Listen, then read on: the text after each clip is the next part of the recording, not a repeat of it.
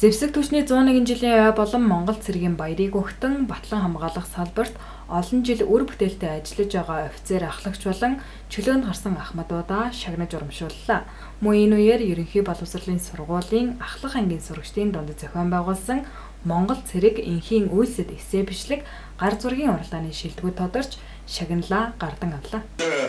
Миний хувьд гэх юм бол Монгол цэрэг энхийн үйлсэд сэдвтсээ бичлэгээ бичсэн. Тэгээд яг эсэндээ болохоор 2002 онд анх Монгол улс нүүбийн энхийг сахиулах үйл ажиллагаанд гишүүн улсаар нэгдээд анхны 2 ажиглагчаас Сахарын орн руу илгээснээрээ энэ энхийг сахиулах үйл ажиллагааны түүх ихэлсэн байдаг. Яг чухамдаа яг энэхүү түүхийг илүү онцлон Монгол цэрэг дэлхийд үнэлэгдэж байна. Дэлхийн нийт цэргүүдтэй олон аавын хүүтэй мөр зэрэгцэн тэр дундаа шигшигдэж дэлхийд үнэлэгдсэн цэргүүд байна. Эдгээр хүмүүсийн ач гавьяанд өнөөдөр бид инх тайван оронд амьдарч байна. Эдгээр Игэлгүй баатруудынхаа гавьяаг үрд мөнх санаж дурсаж явах хэрэгтэй. Мөн залуучууд бидний үүрэг оролцоо ирээдүйд маш их байгаа шүү гэдэг талаас нь эсэндээ илүү тусгаж өгсөн байна.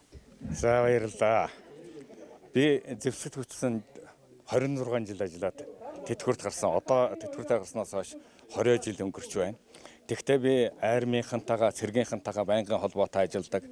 Би 1979 онд Эрдэнэ тот анх эхэлж байгуулагдсны дараахан байгуулагдсан зэвсэгт хүчний 186 дугаар анги гэдэгт залуухан дэслэгч цэргийн ерөнхий дээд сургуулийг төгсөөд ирж байсан. Тэрнээс хойш одоо 40 хэдэн жил өнгөрчиж.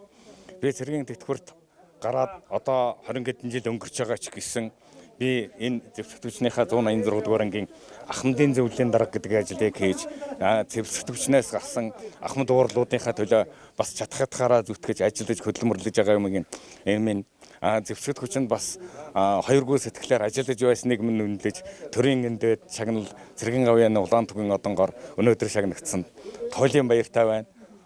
Тэгээд одоо энэ зэвсэгт хүчин орчин цагийн зэвсэгт хүчин үүсэн байгуулагдсан өдөр Монгол цэргийн өдрийг тохиолдуулан Эрдэнэтийн карт түмэнд зэвсэгт хүчинд алба хаажаас нь нийт залуучуудаа эрчүүлдэ баярын мэнд хүргэж эрүүлэн хас жаргал сайн сайхныг өрөөдөө.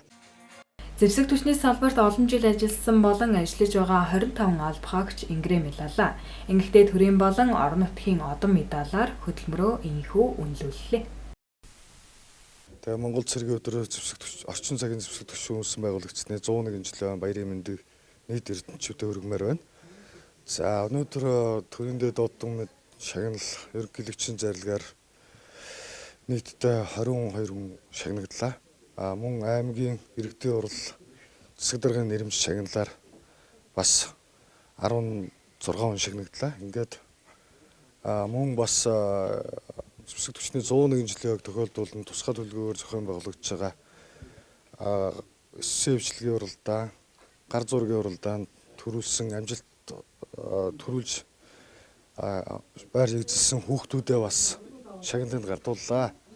Энэ арга хэмжээнд маань Орхон аймгийн засаг дарга өгөөд Эрдэнэ хотын захирч Батчаргал дарга маань өөрөө гар бие оролцож бас хүндэтгэл үзүүллээ. Ингээ ахмадуудаа болон нийт эрдэнэчүүдэд Монгол цэргийн өдөр зэвсэг түвшний 101 жилийн баярын мэнд хүргье. Та бүхэн сайхан баярлалаа. За Монгол цэргийн өдөр зэвсэг түвшний 101 жилийн мэндийг Орхон аймаг Эрдэнэ хотод ажиллаж амьдарч байгаа офицер ахлагч, мөн бэлтгэл болон чөлөөнд байгаа офицер ахлагч төрүүлж байлагч нарт хүргье. За одоогоос 2231 жилийн өмнө Модон Шинэ хаан Төв Азад нутгалж байсан нүүдэлчин аймагуудыг байлдан дагуулж нэгтгэн анхны Монголын хүчрхэг төр тус уу хүнүг өргөн байгуулагдсан цагаас Монгол цэргийн бууралд үг эхэлж эдүүгээ 816 жилийн өмнө их Монгол улсын эзэн гай их Чингис хааны их Монгол улсын цэрэг дэлхийд дахин байлдах чадвар сахилгадаг журам зохион байгуулалтаараа гайхамшиг түүхийг үлдээсэн байдаг юм а. Энэ түүхэн хөгжлөг сэргээ уламжилсан 1911 оны үндэсний эрх чөлөөний хөдөлгөөн 1921 оны ардын хувьсгал, 1939 оны алхын голын байлдаа, 1945 оны чөлөөлөлтөнд, 1947 оны баруун хилийн тулгуурлалтын гол хөдөлгөгч хүч Монгол цэрэг байсан гэдгийг хэлэхэд таатай байна. Ингээд Монгол цэргийн өдөр зэвсэг түвшний 101 жил ойг тохиолдуулж Орхон аймагт байгаа. Орхон аймгийнхаа нийт эрчүүдэд мөн Орхон аймагт ажиллаж байгаа офицер ахлах дөрвж байлах нарт эрүүлэн гад жаргал хамгийн сайн сайхныг өгдөө. Та бүгдийг Монгол төрийн алтан сүлд Монгол цэргийн босоо цагаан амир өргөлж явах болтойгоо баярлалаа. Тус үйл ажиллагаанд Орхон аймгийн засаг дарга Батжаргал Монгол цэргийн холбооны Орхон аймаг дахь салбарын нарийн бичгийн дарга Дэд Хурандаа Батсуур, цэргийн штабын дарга Дэд Хурандаа оюун түлхүүр нар оролцлоо. Мөн энэ жил Монгол улс нэгдсэн үндэсний байгууллагын энхийг сахиулах үйл ажиллагаанд оролцсны 20 жилийн ой тохиож байгаа юм.